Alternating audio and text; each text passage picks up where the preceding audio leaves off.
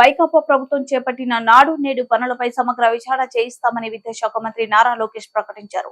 శాసనసభ రెండో రోజు సమావేశాల్లో భాగంగా స్పీకర్ అయ్యన్న పాత్రుడు ప్రశ్నోత్తరాలు చేపట్టారు. పలువురు సభ్యులు తమ నియోజకవర్గాల్లోని సమస్యలను ప్రభుత్వం దృష్టికి తీసుకొచ్చారు. గత ప్రభుత్వం చేపట్టిన నాడు నేడు పనులు భారీగా అవినీతి జరిగిందని తేదీపై ఎమ్మెల్యేలు తెనాలి శ్రావణ్ కుమార్, ధూళిపాళ్ల నరేంద్ర, ఏలూరి సాంబశివరావు సభ దృష్టికి తీసుకొచ్చారు. దీనిపై విచారణ చేపట్టాలని రాష్ట్ర ప్రభుత్వాన్ని కోరారు. తప్పనిసరిగా నాడు నేడు పైన ఒక ఎంక్వైరీ ప్రభుత్వం వేస్తుంది. అంటే ఎలాంటి సందేహం లేదు. అగ్రిమెంట్స్ ఏంటి, గతంలో ఎవరికి ఇచ్చారు ఈ వర్క్లు, ఎందుకు పనులు సరిగా జరగలేదు, నాసరికైన పనులు జరిగిననేది పేపర్లో కూడా గతంలో వచ్చింది. దానిపైన తప్పనిసరిగా ఎంక్వైరీ వేస్తాం.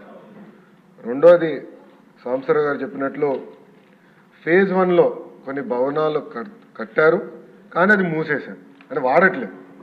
ఏకంగా స్కూల్స్నే మూసేసే పరిస్థితికి వచ్చారు. తెలుగుదేశం, జనసేన, భారతీయ జనతా పార్టీ విధానం ఒకటి. ప్రభుత్వ పాఠశాలల్ని మేము బలోపేతం చేస్తాం. ప్రైవేట్ పాఠశాలలకి ధీటుగా ప్రభుత్వ పాఠశాలలు తీర్చిదిద్దాలనేది మా లక్ష్యం. అందుకే చంద్రబాబు నాయుడు గారి నాయకత్వంతో మెగా డిఎస్సి కూడా ప్రకటించాం. ఉపాధ్యాయుల పోస్టులు కూడా భర్తీ చేస్తున్నాం. నెక్స్ట్ ఇయర్ ఏదైతే స్కూల్ ఓపెన్ అయ్యే సమయానికి ఉపాధ్యాయులు కూడా పకడ్బందీగా మేము ఏర్పాటు చేస్తాం. దాంతోపాటు రాజుగారు ప్రధానంగా ప్లే గ్రౌండ్స్ ఏర్పాటు చేస్తే బాగుంటుందని కోరారు. ఉపాధి హామీ పథకంతో అనుసంధానం చేస్తాం. పవనంతో నేను చర్చిస్తాను. ఆయనతో పాటు మన స్పోర్ట్స్ మినిస్టర్తో కూడా ఆల్రెడీ డిస్కషన్ చేశాను. ఇంటర్ స్కూల్ కాంపిటీషన్ ఎట్లా పెట్టాలి, ఇంటర్ డిస్ట్రిక్ట్ కాంపిటీషన్స్ ఎట్లా ఏర్పాటు చేయాలి, కేవలం స్పోర్ట్సే కాదు ఆర్ట్స్ అండ్ క్రాఫ్ట్స్ని ఎట్లా ప్రోత్సహించాలి అని దానిపైన మేము కూడా డిస్కస్ చేస్తున్నాం. మొదటి ప్రశ్నకి సమాధానం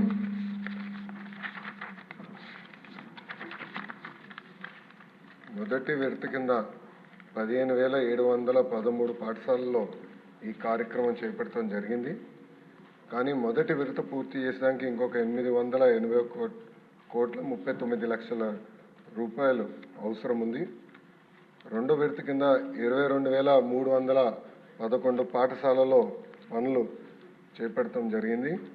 కానీ ఇది కూడా పూర్తి చేసేదానికి 3,907.75 కోట్ల రూపాయలు అవసరం ఉంది. మూడో విడత కింద 14,845 పాఠశాలల్లో ఎలాంటి పనులు ప్రారంభించలేదు. ఆ పాఠశాలలో ఈ కార్యక్రమం పూర్తి చేసేదానికి 3,088 కోట్ల రూపాయలు అవసరం ఉంది.